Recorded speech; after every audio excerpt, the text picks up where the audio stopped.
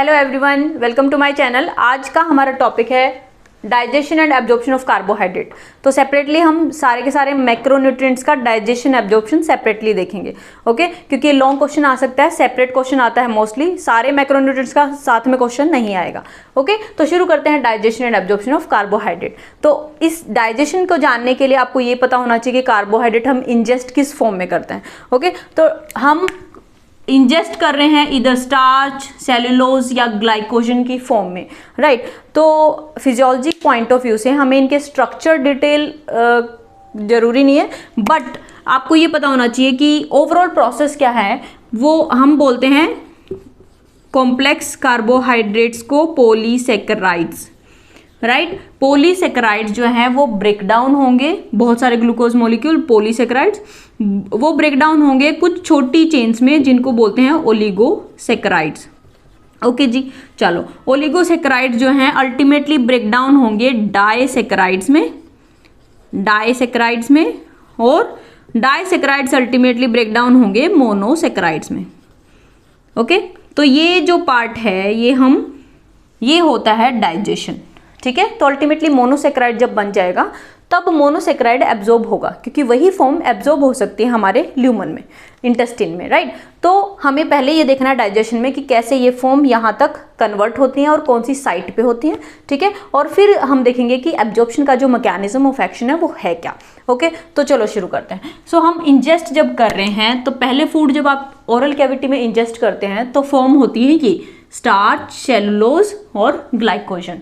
तो basically carbon chain जो है हमारा, ग्लूकोज मॉलिक्यूल जो है वो इस तरीके से एक दूसरे से लिंक्ड होता है, एक बहुत लंबी चेन होती है, राइट। अब बहुत लंबी चेन होती है, कुछ हमारा जो ग्लाइकोजन होता है वो होता है, अगर आपने कोई एनिमल प्रोटीन लिया है, एनिमल मसल वगैरह लिया है तो उसके अंदर ग्लूकोज सेव्ड होता है ग्लाइकोजन की फॉर्म में, राइट। अगर सेलुलोज कौन सा इंजेस्ट करते हैं हम, जो हम प्लांट्स ले रहे हैं, जो हम फाइबर्स ले रहे हैं, सैलेड खा रहे हैं, वो सारा हमारा सेलुलोज होता है, ठीक है। और वैसे होता है स्टार्च। तो रिमेनिंग जो प्लांट ओरिजिन का ही जो आप सीरियल्स खा रहे हो वो सारा होता है आपका स्टार्च। ओके, तो कार्बोहाइड्रेट इन तीन फॉर्म में हम इंजेस्ट करते हैं। ओके, तो एक बेसिक आइडिया क्या है कि स्टार्च जो है, स्टार्च की हम बात करें या ग्लाइकोजन की बात करें तो बॉन्ड्स जो हैं हमारे, ये जो ग्लाइकोसिडिक बॉन्ड जिसे हम बोल रहे हैं, ये या तो 1,4 कार्बन का 1,4 ग्लाइकोसिडिक बॉन्ड होता है, ठीक है, ग्लाइकोसिडिक बॉन्ड, या फिर 1,6 होता है जिसकी वजह से ब्रांचिंग होती है। 1,6 क्या होगा, अगर यहाँ कार्बन अटैच होगा 1,6, ठीक है। तो ब्रांचिंग जो होगी वो 1,6 लिंकेज की वजह से होगी, ग्लाइकोसिडिक लिंकेज की वजह से। तो 1,4 और 1,6 इनको एंजाइम अलग अलग चाहिए तोड़ने के लिए। लेकिन सेलुलोज में क्या होता है, सेलुलोज में होता तो 1,6 है, अब ये होते हैं अल्फा, ठीक है, लेकिन सेलुलोज में क्या होता है, बीटा 1,6 होता है। इसका मतलब क्या है कि सेम ही बॉन्ड है अप्रोक्स, बट उसका दूसरा आइसोमर फॉर्म है, ठीक है, सेम फॉर्म में नहीं है, आइसोमेरिक दूसरी फॉर्म में है, कुछ मॉर्फोलॉजी उसकी चेंज है, ठीक है, तो उसको बोलते हैं बीटा 1,6। अब सेलुलोज में हमारा होता है बीटा 1,6। अब बीटा 1,6 को तोड़ने के लिए हमें जो एंजाइम चाहिए वो हमारे पास नहीं है, वो एनिमल्स में होता है, इसीलिए वो ग्रास खाते हैं तो वो डाइजेस्ट कर पाते हैं। तो सेलुलोज डाइजेस्ट तो नहीं होगा, इतना पॉइंट क्लियर है। तो ये थ्रू आउट जीआईटी में जाके और फाइबर का काम करेगा, रफ फेज का काम करेगा, आपका बेसिकली कॉन्स्टिपेशन प्रिवेंट करेगा, राइट, वॉल्यूम बढ़ाएगा, ठीक है, ये बात हो गई। चलो अब बात करते हैं स्टार्च और ग्लाइकोजन फिर कैसे डाइजेस्ट होंगे। तो हम जब ओरल कैविटी में फूड को लेते हैं तो यहाँ पे हमारे कौन कौन से सिक्रेशन एनकाउंटर करेंगे हम, और उनमें कौन कौन से एंजाइम प्रेजेंट हैं, ठीक है, तो उस पर ही डिपेंड करेगा आपका डाइजेशन एब्जॉर्प्शन। तो चलो फटाफट से बताओ ओरल कैविटी में क्या होता है, सिक्रेशन कहाँ कहाँ कौन कौन से होते हैं। तो ओरल कैविटी में हमारे पास होता है सलाइवा, ठीक है जी। चलो सलाइवा में कार्बोहाइड्रेट को स्प्लिट करने के लिए क्या कोई एंजाइम है, यस, सलाइवरी अमाइलेज जो कार्बोहाइड्रेट स्प्लिटिंग एंजाइम है उनका नाम होता है अमाइलेज। तो सलाइवरी अमाइलेज यहाँ पे है जो कि हमारे पॉलीसेकेराइड्स को ओलिगोसेकेराइड्स में कन्वर्ट कर सकता है, ठीक है। तो ये सलाइवरी अमाइलेज जो है ये ईसोफेगस के थ्रू भी यहाँ आ जाता है, तो यहाँ कुछ परसेंट 5 to 10% डाइजेशन यहाँ पे हो जाएगा। 5 to 10% जो पॉलीसेकेराइड्स हैं वो ब्रेक डाउन हो जाएंगे ओलिगोसेकेराइड्स में। ओके, चलो अब आता है फूड हमारा ईसोफेगस के थ्रू स्टमक में। स्टमक में प्रेजेंट है HCl, ठीक है। वो बहुत ही माइनर डाइजेशन करता है बट कुछ बॉन्ड्स को हाइड्रोलाइज कर सकता है। तो अल्टीमेटली हमारा स्टमक में मोस्ट ऑफन डाइजेशन नहीं होता, मोस्टली जो हमारे जो पॉलीसेकेराइड्स हैं वो क्रॉस कर जाते हैं।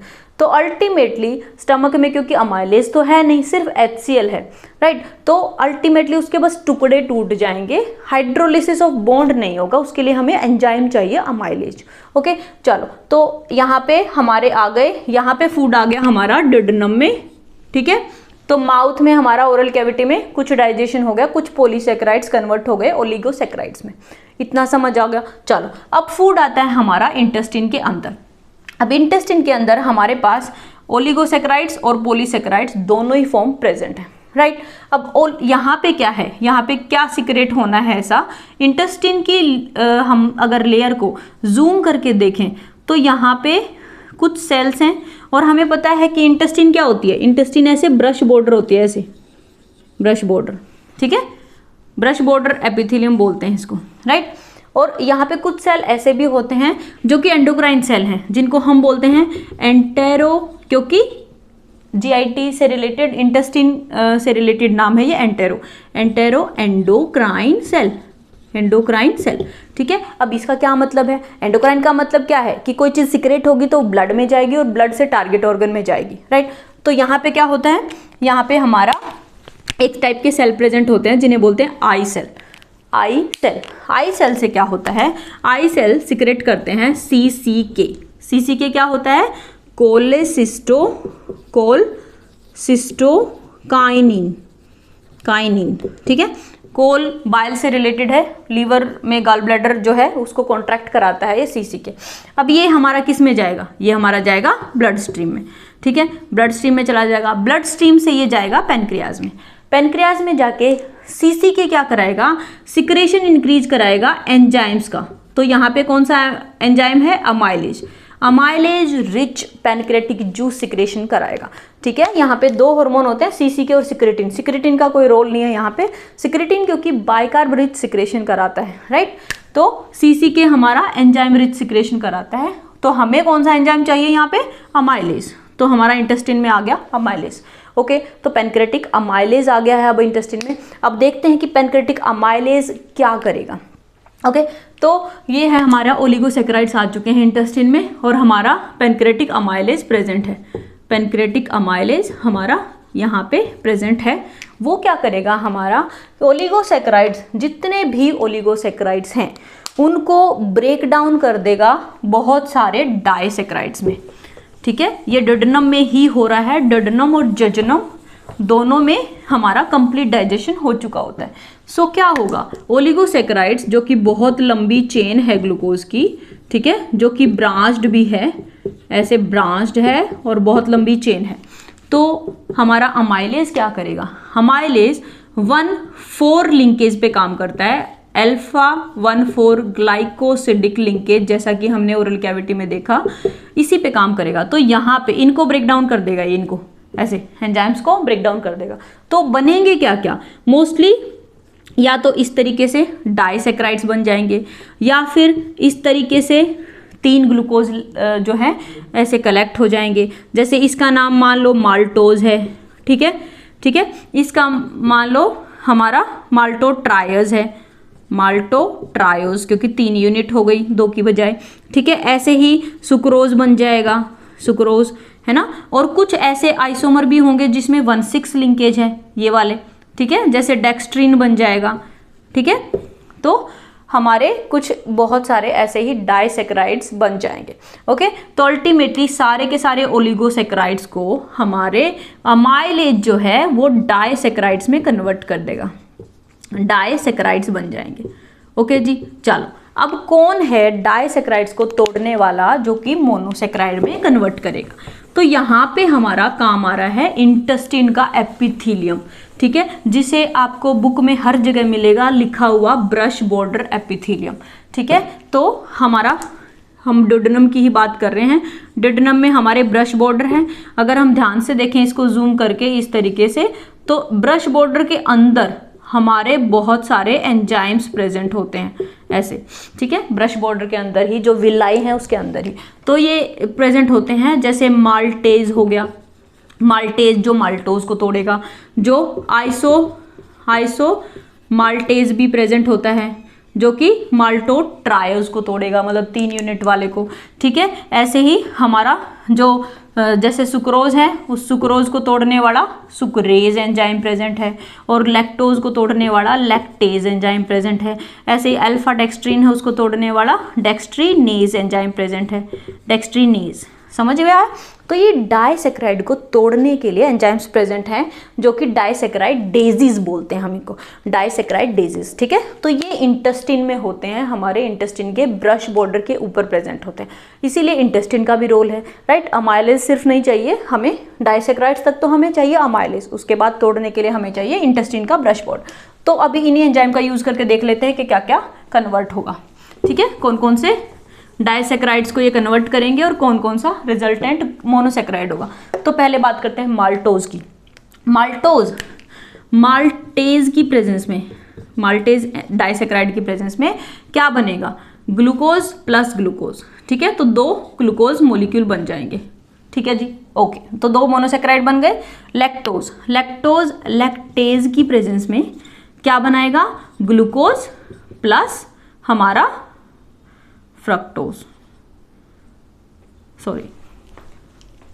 Glucose plus galactose. ठीक है, सुक्रोज ऐसे ही सुक्रेज की प्रेजेंस में क्या बनाएगा? Glucose plus fructose. ठीक है, तो ये हमारा डाइजेशन एब्जॉर्प्शन है। लास्ट में जाके हमारे पास बच गए मोनोसेक्राइड्स। समझ में आया? माल्टोज को 2 ग्लूकोज मॉलिक्यूल में, लैक्टोज ग्लूकोज और गैलेक्टोज से मिलके बना है, सुक्रोज ग्लूकोज और फ्रक्टोज से मिलके बना है। ठीक है, तो हमारा इस तरीके से स्मॉल इंटेस्टाइन में कंप्लीट डाइजेशन हो चुका है और पॉलीसेक्राइड्स जो हमने लिए थे वो कन्वर्ट हो गए हैं मोनोसेक्राइड्स में। ठीक है, तो अब इनको एब्जॉर्ब होना है। ओके, एब्जॉर्प्शन अब हमें स्मॉल इंटेस्टाइन में देखना है कि कैसे होता है। ओके, एब्जॉर्प्शन कैसे होता है, अब ये सारी फॉर्म हम एब्जॉर्ब होते हुए देखेंगे। ठीक है, तो यहां तक हमारा डाइजेशन कंप्लीट हो गया है। ओके, तो बहुत ही आसान है। ओरल कैविटी में सलाइवरी अमाइलेज और हमारा पेनक्रेटिक अमाइलेज जो है डाइसेक्राइड्स में तोड़ देगा। अब हमें जानना है कि ये हमारा ब्रश बॉर्डर है ये। ओके, एक सेल की बात करेंगे कि कैसे हमारे मॉलिक्यूल्स जो हैं वो एब्जॉर्ब होते हैं। तो अब इन मॉलिक्यूल्स को हम देख लेते हैं कि कौन कौन से मॉलिक्यूल्स थे। हमारा एक है ग्लूकोज, ठीक है, एक है हमारा गैलेक्टोज, एक है हमारा फ्रक्टोज। ठीक है, ओके, तो कैसे ये एब्जॉर्ब होंगे? ये जो ल्यूमन की तरफ है ये हमारी इंटेस्टाइन की ट्यूब है, राइट, और ये कन्वर्ट होके मोनोसेक्राइड बन गए हैं सारे। अब ये एब्जॉर्ब कैसे होंगे वो हमें देखना है, और ये हमारा है एक एपिथेलियल सेल, इंटेस्टाइन का एपिथेलियल सेल है ये। ओके, तो यहाँ पे है हमारा ब्लड वेसल, तो हमें ये एब्जॉर्प्शन देखना है अब। ओके, सो होता क्या है, हमेशा जब भी बेसोलेटरल मेम्ब्रेन की बात करें, कहीं की भी किसी भी सिस्टम की बात करें, हमेशा चीज़ों को मैनेज करने के लिए, इलेक्ट्रोलाइट जो इम्बैलेंस होता रहता है उसको दोबारा बैलेंस करने के लिए हमारे पास एक पंप प्रेजेंट होता है जो कि एटीपी यूज़ करता है, और वो 3 सोडियम को बाहर निकालता है सेल से और 2 पोटेशियम को अंदर भेजता है। इसका नाम क्या है? सोडियम पोटेशियम पंप, और सोडियम पोटेशियम एटीपीएस। तो सोडियम पोटेशियम एटीपीएस हमेशा ही ब्लड की तरफ वाली मेम्ब्रेन पे प्रेजेंट होगा। ब्लड की तरफ वाली मेम्ब्रेन को बोलते हैं बेसोलेटरल मेम्ब्रेन। ठीक है, और हमेशा जो ल्यूमन में खुलती है उसको बोलते हैं एपिकल मेम्ब्रेन। ओके जी, चलो ठीक है। तो हर बार जब भी ये आयन चैनल काम करेगा तब ये 3 पॉजिटिव चार्ज को बाहर फेंक रहा है, 2 पॉजिटिव को अंदर फेंक रहा है। तो इसका मतलब क्या, अंदर पॉजिटिव चार्ज की डेफिशिएंसी हो जाएगी, राइट, नेगेटिविटी क्रिएट होगी, जिसकी वजह से एक और चैनल है यहाँ पे काम कर रहा है एपिकल मेम्ब्रेन पे। इसकी वजह से वो चैनल क्या है, वो एक चैनल है जिसकी जो बेसिकली सोडियम डिपेंडेंट चैनल है, पहली चीज, और ये हमारा शुगर मॉलिक्यूल को सिम्पोर्टर की तरह ट्रांसफर कर सकता है। इसकी कैपेबिलिटी है, अगर इसे सोडियम मिल जाए तो ये ग्लूकोज और गैलेक्टोज को हमेशा अंदर जो है एब्जॉर्ब करा देगा, ग्लूकोज और गैलेक्टोज को। ओके जी, चलो, तो यानी इस चैनल का क्या नाम है, सोडियम डिपेंडेंट ग्लूकोज ट्रांसपोर्टर। तो इसका क्या नाम लिखेंगे, सोडियम डिपेंडेंट ग्लूकोज ट्रांसपोर्टर, और इसका टाइप होता है 1, SGLT1।